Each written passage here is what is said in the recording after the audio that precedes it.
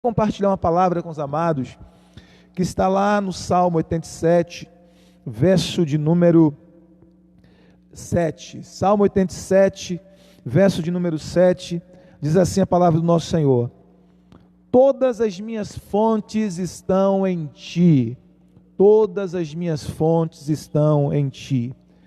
Ore por nós, para que o Espírito Santo nos use nessa noite como instrumento da sua bondade, graça e misericórdia. Espírito Santo, essa é a tua palavra que nós acabamos de ler. Queremos te pedir que o Senhor possa falar ao nosso coração, poderosamente através da tua palavra, que nós sejamos ministrados e edificados pela tua palavra, no poderoso e bendito nome de Jesus. Usa-nos como instrumento do Senhor e que as vidas sejam ministradas em nome de Jesus. Amém, amém e amém. Glória a Deus. Quero trazer uma reflexão com o título: faça do Senhor a sua fonte. Faça do Senhor a sua fonte. O Senhor, Ele deve ser a nossa fonte de tudo, né? De tudo mesmo. Muitas vezes nós fazemos de coisas ou de pessoas a nossa fonte, mas isso não é a vontade de Deus. Isso acaba nos levando para longe, para distante da vontade de Deus. Por isso a Bíblia nos fala em Jeremias capítulo 2, verso 13, diz assim: porque o meu povo fez duas maldades, a mim me deixaram o manancial de águas vivas e cavaram cisternas rotas que não retêm as águas. Olha só, Jeremias 12, 13. Porque o meu povo fez duas maldades, a mim me deixaram o manancial de águas vivas e cavaram cisternas rotas que não retêm águas. Então, nessa metáfora, o Senhor está dizendo: o povo me deixou, eu sou o manancial, eu sou a fonte, eu sou o manancial de águas vivas. Então a primeira maldade, o Senhor está dizendo aqui, que o meu povo fez, foi a maldade de ter me deixado, de ter se distanciado de mim, distanciado do meu propósito. Mas ele fez uma outra maldade, e a segunda maldade que o meu povo fez, foi a maldade de cavar para si cisternas rotas, que não retêm águas. Ou seja, eles se voltaram para coisas vãs, se voltaram para os ídolos vãos, se voltaram para as coisas que não podiam realmente ser fonte para as suas vidas. Então, quando nós deixamos de ter o Senhor como nossa fonte, quando nós fazemos de pessoas ou de coisas a nossa fonte, nós não estamos fazendo a vontade de Deus, nós não estamos agradando o coração de Deus, e nós estamos nos distanciando do propósito que Deus estabeleceu para a nossa vida. Então nós precisamos fazer do Senhor a nossa fonte, e fazer do Senhor a nossa fonte é viver uma vida de total dependência de Deus. E muitas vezes nós dizemos com a nossa boca: Senhor, eu dependo de Ti, mas na prática, muitas vezes, nós somos autossuficientes. Na prática, muitas vezes, nós queremos dar o nosso próprio jeitinho. Na prática, muitas vezes, nós queremos depender mais de nós mesmos, ou de pessoas, ou da força do nosso braço, ou do dinheiro, ou da inteligência humana. Mas a Bíblia fala que é o Senhor que é a nossa fonte. Então, quando eu dependo do Senhor, e eu vou confiar nele como a fonte de tudo que eu preciso, eu sou ministrado por Ele, eu sou saciado por Ele. Então, o Senhor é a nossa fonte. E eu vou citar para você nessa noite algumas coisas que o Senhor é a nossa fonte, mas na verdade vai muito além disso que eu vou estar falando aqui nessa noite. Então, por exemplo, Ele é a nossa fonte de paz. Em João capítulo 14, verso de número 17, o Senhor Jesus disse assim: deixo-vos a paz, a minha paz vos dou, não vou lá dou como o mundo a dá, não se turbe o vosso coração, nem se atemorize. Deixo-vos a paz, a minha paz vos dou, não vou lá dou como o mundo a dá, não se turbe o vosso coração, nem se atemorize. Então o Senhor Jesus está dizendo na sua palavra, que Ele nos deixa a sua paz. O Senhor nos deixa a sua paz, em momentos de aflição, em momentos de batalha, em momentos de dor, em momentos de luto, em momentos de tristeza, o Senhor promete nos dar a sua paz. Ele diz: não vou lá dou, não dou a paz a vocês como o mundo, como a paz do mundo, porque a paz do mundo é uma paz falsa, a paz do mundo é uma paz externa, mas a paz que Cristo dá é uma paz espiritual, é uma paz interna, e é uma paz que provém da segurança que nós temos nele, da segurança que temos de que Ele é o nosso Senhor, o nosso protetor, o nosso Salvador, de que a nossa vida está nas mãos dele, segura nas mãos dele. Então, essa paz vem disso, dessa convicção, dessa fé, dessa certeza. Essa paz que Jesus nos deixa, ela não está atrelada às circunstâncias exteriores. Por quê? Porque nas circunstâncias externas nós podemos estar passando por aflições, por lutas, por luto, por tempos difíceis, por adversidades, mas dentro do nosso coração o Senhor plantou uma paz, que é uma convicção, uma certeza de que Ele está conosco em toda e qualquer circunstância, de que Ele está conosco em todo e qualquer momento, seja quando nós estamos nas montanhas, seja quando nós estamos nos vales, seja quando nós estamos enfrentando tempos tranquilos, seja quando nós estamos enfrentando o mar revolto, Ele está sempre conosco. Então essa paz vem dessa convicção da presença de Deus, vem dessa convicção e dessa certeza de que o Senhor está conosco, porque Ele mesmo prometeu em sua palavra: nunca te deixarei, jamais te abandonarei. Ele mesmo prometeu em sua palavra: eis que estou convosco todos os dias até a consumação dos séculos. Então Jesus, o Senhor Jesus, Ele é a nossa fonte de paz, é a nossa fonte de paz interior e é também a nossa fonte de paz com Deus, é a nossa fonte de paz com Deus. Olha o que a Bíblia diz, Romanos 5:1: sendo pois justificados pela fé, temos paz com Deus por meio de nosso Senhor Jesus Cristo.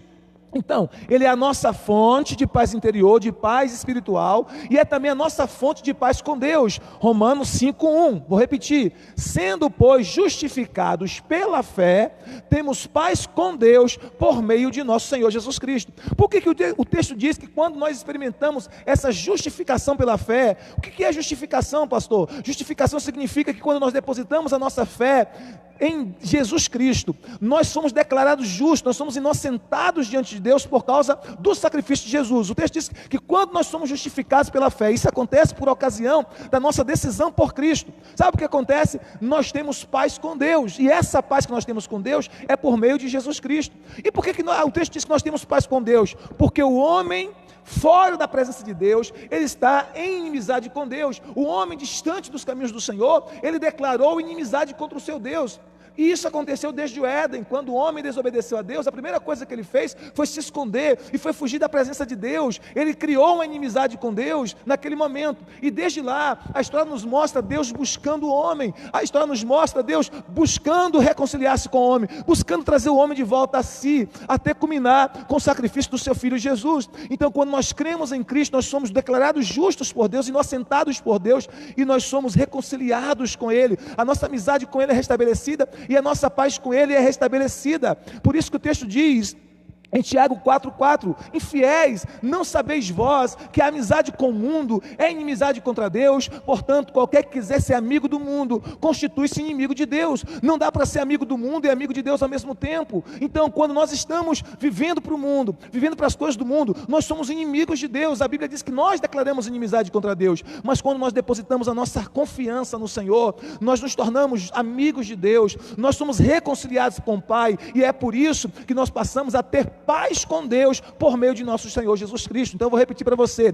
Romanos capítulo 5, versículo 1: sendo pois justificados pela fé, temos paz com Deus por meio de nosso Senhor Jesus Cristo. Então Jesus é a nossa fonte de paz interior, é a nossa fonte de paz nos relacionamentos interpessoais, mas acima de tudo, Ele é a nossa fonte de paz com Deus, de paz com o Pai Celestial. É Ele que nos reconecta com o Pai, é Ele que nos reconcilia com o Pai, é Ele que nos traz de volta ao Pai, é Ele que é a ponte sobre o abismo do pecado que nos separava do Pai eterno, do Senhor Deus. É Ele que nos leva de volta a Deus. Por isso Jesus disse em João capítulo 14, versículo 6: eu sou o caminho, a verdade e a vida, ninguém vem ao Pai a não ser por mim. Então Jesus, Ele é a nossa fonte de paz interior e é também a nossa fonte de paz com Deus. O que mais? Ele é também a nossa fonte de alegria.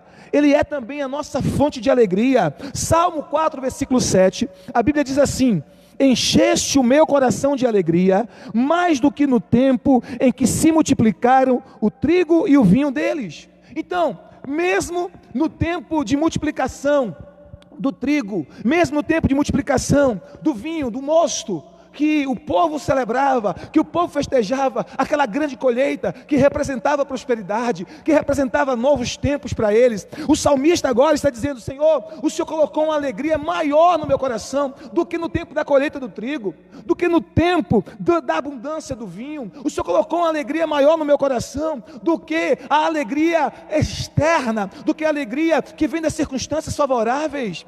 E nós podemos culminar esse versículo aqui com aquele texto de Abacuque, capítulo 3, verso 17 em diante, onde o profeta diz assim: ainda que a figueira não floresça, ainda que falta fruto da vinde, que as ovelhas sejam arrebatadas dos currais, e ele vai colocando várias situações hipotéticas que poderiam acontecer, que poderiam roubar a alegria dele. Ele diz assim: todavia me alegrarei no Senhor e exultarei no Deus da minha salvação, porque o Senhor Deus é a minha força. Então Ele é a nossa fonte de alegria, e a nossa alegria e verdadeira felicidade não está atrelada às circunstâncias externas, está como a paz atrelada ao fato de que nós estamos seguros na mão do nosso Deus, e de que a nossa vida está na mão dEle. Então Ele é a nossa fonte de alegria. Faça do Senhor a sua fonte de alegria. Ministre o seu coração dizendo: Senhor, Tu és a minha fonte de alegria. Mesmo quando você se sentir triste ou estiver triste, nós podemos ter momentos de tristeza, claro, somos humanos, podemos ter momentos de tristeza em relação a circunstâncias difíceis, a dores, as perdas que enfrentamos, a lutos por pessoas amadas, mas mesmo assim, nós podemos ministrar o nosso coração dizendo: Senhor, Tu és a minha fonte de alegria. Mesmo na minha dor, mesmo quando enfrento tristezas ou momentos de tristezas, eu faço de Ti a minha fonte de alegria. E quando nós temos essa atitude, nós começamos a perceber o Senhor enchendo o nosso coração da sua alegria, que é uma alegria espiritual, que não é uma alegria circunstancial, que não é uma alegria atrelada às circunstâncias externas, mas é uma alegria que o Espírito Santo planta em nosso coração. Até porque a Bíblia nos fala que o Espírito Santo é aquele que planta no nosso coração essa alegria. O reino de Deus não é comida nem bebida, mas justiça, paz e alegria no Espírito Santo. Romanos 14, verso 17. O reino de Deus não é comida nem bebida, mas justiça, paz e alegria no Espírito Santo. O que o Senhor é mais? O Senhor também é a nossa fonte de força. Aleluia! O Senhor é a nossa fonte de força. Salmo 27, versículo 1, a Bíblia diz assim: o Senhor é a minha luz e a minha salvação, a quem temerei? O Senhor é a força da minha vida, de quem me recearei? Vou repetir para você, Salmo 27, versículo 1, o Senhor é a minha luz e a minha salvação, a quem temerei? O Senhor é a força da minha vida, de quem me recearei? Então Ele é a nossa fonte de força, Ele é a força da nossa vida. Sabe, existem momentos na nossa vida que a gente se sente fraco em nossas forças humanas, que a gente não encontra forças humanas para lidar em certas circunstâncias, para lidar em certas situações, mas quando nós fazemos do Senhor a nossa força, a Bíblia diz que pela fé, os heróis da fé lá de Hebreus capítulo 11, pela fé da fraqueza tiraram forças. Hebreus capítulo 11, os heróis da fé, lá no finalzinho do capítulo 11, diz que eles, da fraqueza, tiraram força. O que significa isso? Que em meio às suas fraquezas, que em meio às suas limitações humanas, que em meio às suas impossibilidades humanas, que em meio aos desejos e os temores, os desejos de desistir, por conta de situações e circunstâncias tão desesperadoras, Paulo chega a dizer que ele enfrentou momentos e situações que ele desesperou até da vida, ou seja, ele achou que não ia conseguir sobreviver àquela situação. Mas nesses momentos em que nós estamos nos sentindo extremamente debilitados, estamos nos sentindo extremamente impotentes, estamos nos sentindo extremamente fracos, Paulo, o autor de Hebreus diz que na fraqueza, aqueles que creem no Senhor encontram forças. Então Ele é a nossa fonte de força, Ele é a nossa fortaleza, Ele é o socorro bem presente no tempo de angústia. E nesse momento que nós estamos enfrentando, talvez você esteja dizendo assim: eu não estou encontrando mais força, o tempo passou, os dias passaram e a coisa ainda não alterou, não mudou, a gente vai ficando triste, abatido, desanimado, vem circunstâncias outras que nos afligem de alguma forma, mas Deus é a sua fonte de força, Jesus é a sua fonte de força, é a minha fonte de força.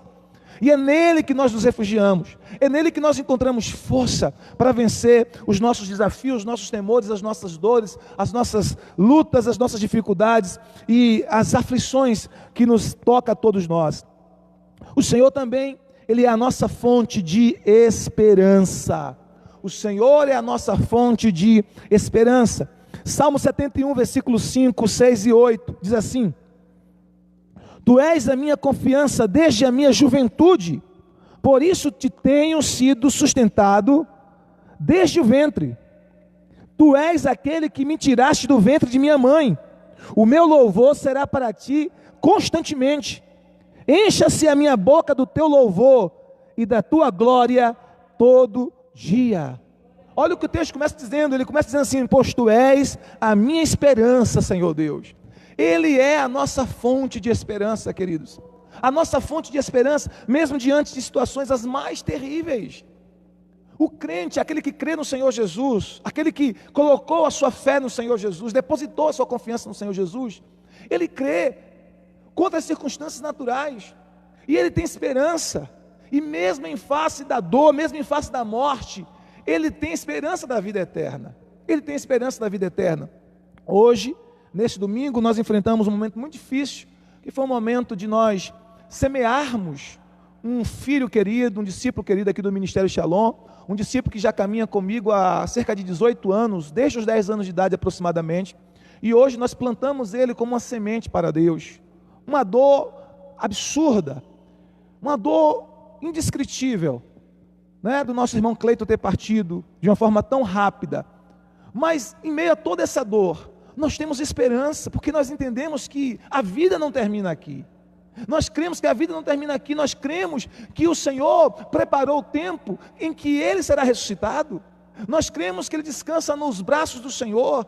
Então, queridos, mesmo diante da morte, da dor, do luto, nós conseguimos enxergar da perspectiva da esperança. Nós temos esperança, a esperança da vida eterna, a esperança da glória de Deus sobre nós, a esperança da volta de Jesus. E tanto é assim que Paulo, quando ele fala sobre o arrebatamento da igreja, em 1 Tessalonicenses capítulo 4, a partir do verso 16, ele diz assim: porque o mesmo Senhor, ressoada a trombeta de Deus, com alarido e voz de arcanjo, descerá dos céus, e os que morreram em Cristo serão ressuscitados primeiro, depois nós, os que estivermos vivos, seremos arrebatados para nos encontrar com o Senhor nos ares, e assim estaremos para sempre com o Senhor. Aí no versículo 18 ele diz assim: consolai-vos uns aos outros com esta palavra. Ou seja, essa palavra é uma palavra de esperança, é uma palavra que está dizendo para nós que não tem um ponto final a nossa vida, queridos. Mesmo quando a gente morre aqui, mesmo quando tudo aqui parece que não tem saída, não tem jeito, a nossa vida, ela não está restrita, limitada apenas a essa terra, apenas a essas coisas dessa vida, porque a nossa vida terrena é muito breve comparado com a eternidade. A nossa vida terrena é muito rápida comparado com a eternidade. Mas quando Paulo fala do arrebatamento da igreja, quando ele fala que o Senhor Jesus nos prometeu, queria voltar para buscar a sua igreja, quando ele diz que quando os anjos, os arcanjos trocarem a trombeta de Deus, e que os céus se rasgarem, e que Jesus voltar até as nuvens, e que a igreja foi arrebatada, quando ele fala que os mortos em Cristo serão ressuscitados primeiro, no verso 18 ele diz assim: consolem uns aos outros com esta palavra. Consolem uns aos outros com essa palavra. Por quê? Por que consolar uns aos outros com esta palavra? Porque esta palavra é uma palavra que planta em nós, que injeta em nosso coração esperança. É uma palavra que injeta em nosso coração ânimo e esperança, mesmo em face da morte, mesmo em face da dor, mesmo em face do sofrimento mais terrível. A nossa vida não se resume apenas a essa terra. O apóstolo Paulo diz: se nós esperarmos em Cristo somente para as coisas desta vida, nós somos os mais miseráveis de todos os homens. Claro, podemos fazer planos, podemos sim, podemos planejar, podemos sim, mas a Bíblia diz: o homem faz planos, mas a resposta certa vem da boca do Senhor. O homem pode fazer planos, mas a resposta certa vem da boca do Senhor. Podemos planejar, sonhar com coisas melhores para essa terra, podemos e devemos, é bíblico sonharmos, é bíblico planejarmos. Mas nós temos que entender que além dos planos para esta vida, para esta terra, nós precisamos estar preparados para a eternidade. Nós precisamos estar preparados para o dia que o nosso Senhor Jesus Cristo nos chamará para a eternidade, seja pela nossa partida, seja pelo retorno de Cristo. Sabe o que a Bíblia diz? Prepara-te, ó Israel, para te encontrares com teu Deus. Prepara-te, ó Israel, para te encontrares com teu Deus. E a minha pergunta é: eu estou preparado, você está preparado, nós estamos preparados para nos encontrar com o nosso Deus quando Ele vier, quando Ele nos chamar? Então nós precisamos, queridos, mesmo nesses momentos de dores, de aflição, tirar um pouco o foco das coisas terrenas e focar na eternidade.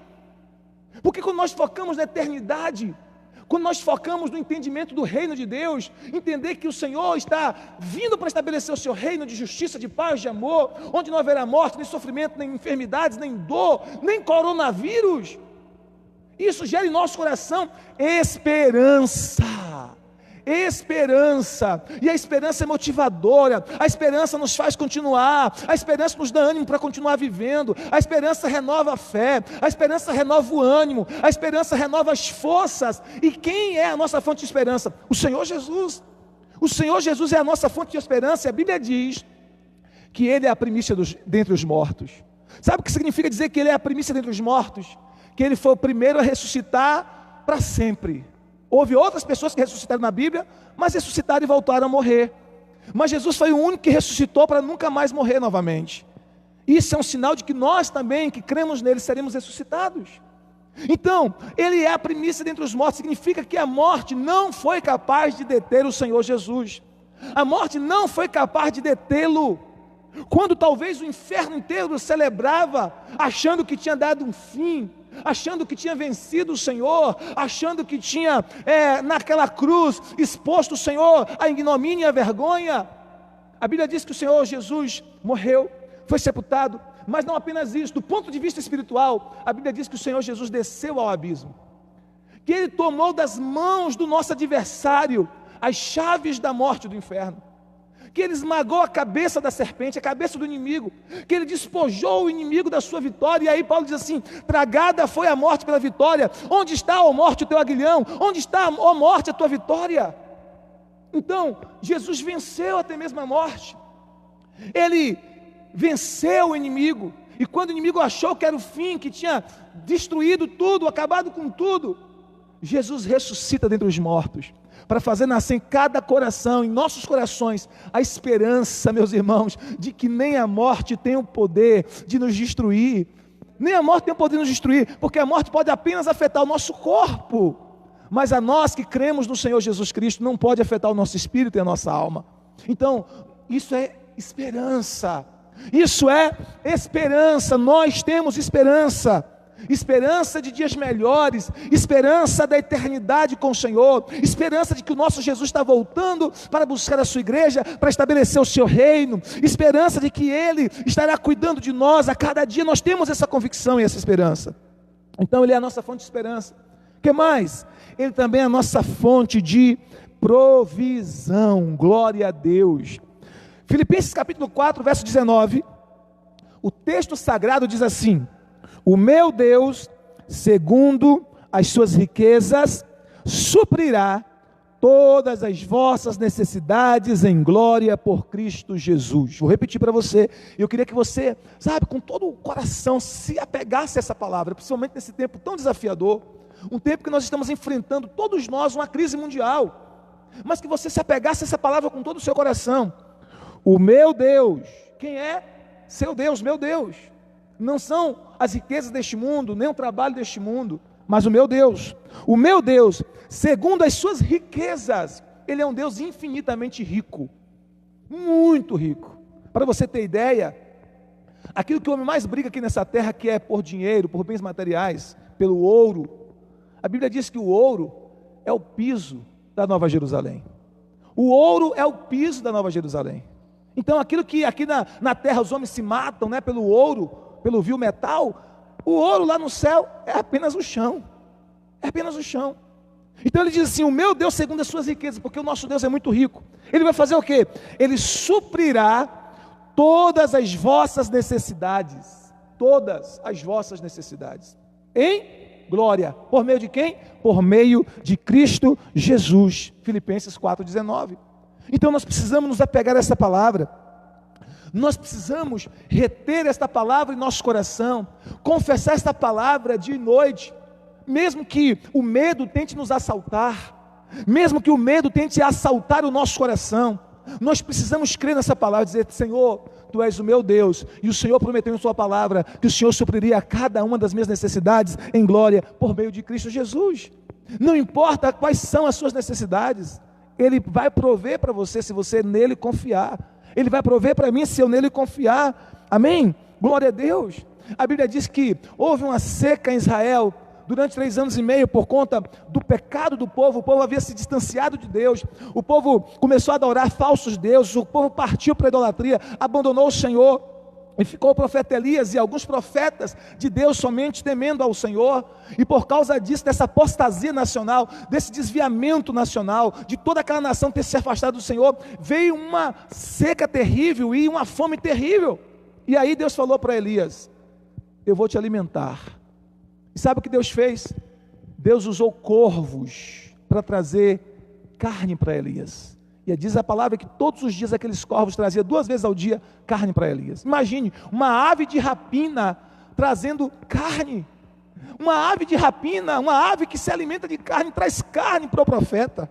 Isso é sobrenatural. E ele se alimentava da carne e ele tomava da água daquele ribeiro. Quando aquela fonte de água secou, Deus disse para Elias: vai até uma viúva, porque eu já ordenei a ela que te sustente, que te alimente. Aí Elias vai à viúva, e eu até brinco. Eu fico pensando assim, que quando Deus falou isso para Elias, e mandou Elias ir à viúva de Sarepta, eu penso que Elias pensou que aquela viúva era uma mulher cheia da grana, uma mulher muito rica. Eu acredito, talvez ele tenha pensado isso. Bom, se Deus mandou ir até uma viúva, é porque essa mulher é muito próxima, tem muito dinheiro. Quando ele chega a viúva, pede água a viúva traz água, ele diz: traz também para mim algo para comer. Ela diz: olha, eu não tenho nada senão um pouco de azeite e um pouco de farinha.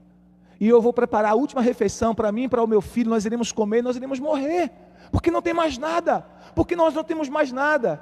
E aí o profeta disse para aquela mulher assim: olha, assim diz o Senhor, você vai preparar o bolo como você disse, você vai trazer primeiro para mim. Porque assim diz o Senhor: a farinha da tua panela não acabará e o azeite da botija não cessará. E aí ela prepara, traz o bolo ao profeta, e o profeta libera a palavra sobre ela. E o que aconteceu? Ela teve provisão abundante em sua casa, e o profeta foi sustentado por uma viúva pobre. Por quê? Porque entenderam que não era as circunstâncias, era o Senhor que era a sua fonte de provisão. Era o Senhor que era a sua fonte de provisão. Então quero declarar isso em nome de Jesus, que o Senhor é a sua fonte de provisão. Haverá provisão do céu sobre a sua casa, sobre os seus negócios, sobre a sua empresa. Creia nisso, confesse isso, declare isso. Não declare as circunstâncias, não alinhe a sua boca com as circunstâncias do momento. Não confesse as circunstâncias, confesse a palavra. Mesmo que você esteja olhando e a circunstância esteja extremamente desesperadora e difícil, confesse a palavra: o meu Deus suprirá cada uma das minhas necessidades em glória por Cristo Jesus. E sabe, nesse tempo, Deus quer nos usar até para abençoar outras pessoas.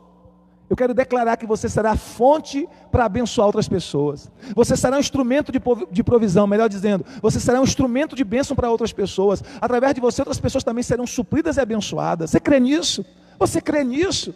Então seja bênção também para outros nesse momento, em nome de Jesus. Glória a Deus, aleluia. Então o Senhor é a nossa fonte de provisão. Há um texto muito conhecido por todos nós, Salmo 23, o Senhor é meu pastor e eu tenho tudo o que eu preciso. O Senhor é o meu pastor e eu tenho tudo o que preciso. Efésios capítulo 3, versículo 20 diz assim: não importa se a nossa necessidade, o Senhor é poderoso para fazer mais do que tudo o que pedimos ou pensamos. O Senhor é poderoso para fazer infinitamente mais, além de tudo o que pedimos ou pensamos. Efésios 3, 20. Então não importa qual é a nossa necessidade. Se é necessidade, nós colocamos a nossa confiança no Senhor, Ele estará nos suprindo. O que mais? O Senhor também é a nossa fonte de sabedoria. Como nós precisamos de sabedoria nesse tempo, queridos. Nós estamos precisando nos reinventar nesse tempo. Nós estamos precisando de uma dose alta de criatividade nesse tempo. Nós estamos precisando de uma sabedoria sobrenatural para os nossos relacionamentos familiares. A família agora está mais perto, está mais junta. E consequentemente ela enxerga os defeitos mais uns dos outros. E tem famílias que até os conflitos estão aumentando.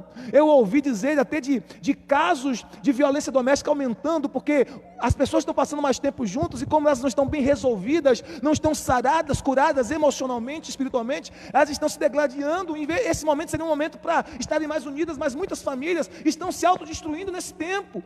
Então nós precisamos de uma dose alta de sabedoria.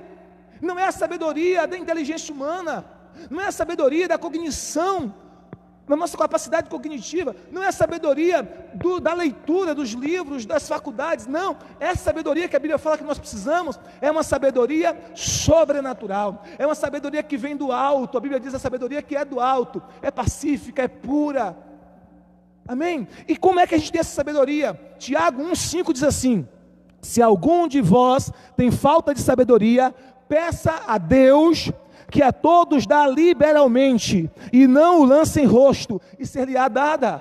Peça essa sabedoria a Deus, Ele é a sua fonte de sabedoria. A Bíblia diz que o temor do Senhor é o princípio da sabedoria. Temor aqui é reverência, é respeito por Deus e pelas coisas sagradas, é temor ao Senhor. Então, quando nós fazemos do Senhor a nossa fonte de sabedoria, Ele nos dá sabedoria.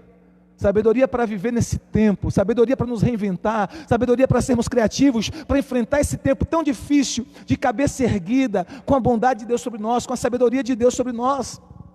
Sabedoria como aquela que Deus deu a José no Egito, que mesmo em tempo de crise, Deus fez o Egito prosperar nas suas mãos e Deus proveu sustento para a casa de Israel. Sabedoria como Deus deu a Salomão, sabedoria como o próprio Jesus Cristo tinha e tem. Ele é a nossa sabedoria, poder de Deus e sabedoria de Deus, diz a palavra em 1 Coríntios 1,30, que Ele é a sabedoria de Deus e o poder de Deus para nós que cremos nele. Então, nós precisamos de sabedoria nesse tempo. Como está a sua família? Como estão os seus relacionamentos familiares? Se nós não tivermos sabedoria, queridos, a Bíblia diz assim, Provérbios 24:3, com sabedoria se edifica a casa e com entendimento ela se estabelece. Ou seja, nós precisamos de sabedoria para edificar a nossa casa. Nós precisamos de sabedoria para construir o nosso lar. Porque se a gente não tiver sabedoria nesse tempo, sabe o que vai acontecer? Vai ter mulher culpando o marido pelas circunstâncias, vai ter marido culpando a esposa pelo que está acontecendo, vai ter pai culpando os filhos pelo que está acontecendo, vai ter filho que vai estar culpando seus pais, o pai e a mãe, pelo que está acontecendo. Por quê? Porque está lhe faltando sabedoria. Então, esse não é o momento para a gente ficar se destruindo, se autodestruindo como família, se degladiando. Não, esse é um momento de unidade na família, é um momento de unidade em casa, é um momento para a gente refletir, para a gente perdoar, para a gente amar, para a gente andar a segunda milha. Esse é o momento para isso. E o que nós precisamos para isso? Para esses relacionamentos familiares saudáveis, curados, abençoados, nós precisamos de sabedoria, queridos. Deus quer que a nossa casa seja um pedacinho do céu. Quando Deus criou Adão e Eva, Deus os colocou no jardim do Éden. A palavra Éden significa delícia, lugar de deleite, lugar de contentamento, lugar de alegria. E a casa daquele primeiro casal, antes do pecado, antes de desobedecerem a Deus, era um lugar de delícia, um lugar de contentamento, um lugar de alegria. Mas sabe o que aconteceu? Eles se distanciaram do propósito de Deus, se afastaram do Senhor. E quando eles fizeram isso, a primeira coisa que acontece é conflito. O marido lança a culpa na mulher, a mulher lança a culpa na serpente. No capítulo 4 de Gênesis, depois, isso no capítulo 3, no capítulo 4, a gente vê o primeiro assassinato acontecendo no seio da família, quando Caim, o irmão mais velho, que deveria proteger o irmão mais novo, movido pela inveja, motivado pela inveja, vai e assassina o seu próprio irmão. Por que tudo isso? Porque aquela primeira família se distanciou de Deus, se distanciou do propósito de Deus, e Deus está chamando a família novamente. Deus está chamando a família para estar perto dele, Deus está chamando a família para estar ao lado dele, Deus está chamando a família para estar mergulhado na palavra, na presença de Deus. Deus está chamando a família para uma santificação, Deus está chamando a família para um genuíno arrependimento. Então nós precisamos da sabedoria do alto para discernir esse tempo, nós precisamos da sabedoria do alto para entender esse momento e nos mover e transitar nesse momento. Nós precisamos da sabedoria do alto, da sabedoria de Deus, e Cristo é a fonte da nossa verdadeira sabedoria, dessa percepção espiritual, desse discernimento espiritual, porque senão, queridos, nós não iremos conseguir vencer esse tempo. Senão, muitos de nós vamos acabar nos autodestruindo, destruindo os nossos familiares. Então, esse tempo é para você mergulhar em Deus, receber a sabedoria de Deus, para que você viva o melhor de Deus na sua vida, apesar desse momento. Que a sua família esteja mais junta, mais unida, mais próxima. Amém? Em o nome do Senhor Jesus, que haja essa sabedoria do alto. Marido mais carinhoso com a esposa, esposa mais carinhosa com o marido, os pais sentando com os filhos para conversar, para contar histórias, para contar as histórias da Bíblia, para ler a palavra, para orarem juntos, para brincarem juntos, para sorrirem juntos. Esse é um tempo para isso, queridos. Nós precisamos ter essa sabedoria para discernir esse momento. Amém? Então Ele é a nossa fonte de sabedoria. Glória a Deus. Ele é a nossa fonte de tudo que nós precisamos. Eu citei apenas 6 coisas aqui, mas infinitamente mais. O que você precisa? Qual é a sua necessidade nesse momento? Você precisa de paz, você precisa de alegria, você precisa de esperança no seu coração, você precisa de força, você precisa de provisão, de sabedoria. O que você está precisando nesse momento? Qual é a sua necessidade nesse momento? Não importa qual seja a nossa necessidade, não importa quais sejam as nossas necessidades, Ele é poderoso para nos alcançar com o milagre que nós necessitamos. Ele é poderoso para suprir essas necessidades. Ele é fonte de tudo aquilo que nós precisamos. A Bíblia diz que o nosso Deus já proveu tudo aquilo que nós precisamos para ter uma vida digna, uma vida piedosa, uma vida santa, uma vida que agrada a Ele, uma vida transformada, uma vida abençoada. Ele já proveu tudo, 1 Pedro 1,3. Tudo que nós precisamos, o seu divino poder já proveu tudo que nós precisamos para ter uma vida plena nele. Amém? Então que você possa refletir nessa noite, nessa palavra, e guardar esta palavra no seu coração, no poderoso e precioso nome de Jesus.